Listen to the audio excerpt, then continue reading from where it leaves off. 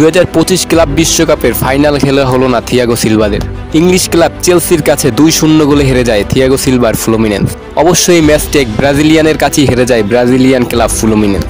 Brazilian forward Joao পেদ্রোর জোড়া গোলে জয় পায় চেলসি।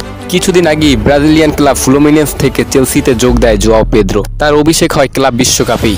আর ক্লাব বিশ্বকাপের সেমিফাইনালে সাবেক ক্লাবের মুখোমুখি হয়েই ঝলক দেখালেন পেদ্রো।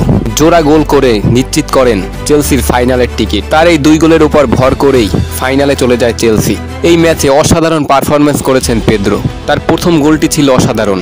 ডি বক্সের বাম কোণা থেকে বাঁকানো শটে খুঁজে নেয় ফ্লুমিনেন্সের জাল। আর এটাই ছিল চেলসির জার্সিতে তার প্রথম গোল। অবশ্য চেলসির জার্সিতে দ্বিতীয় গোল পেতেও পেদ্রোর সময় লেগেছে মাত্র 20 মিনিট।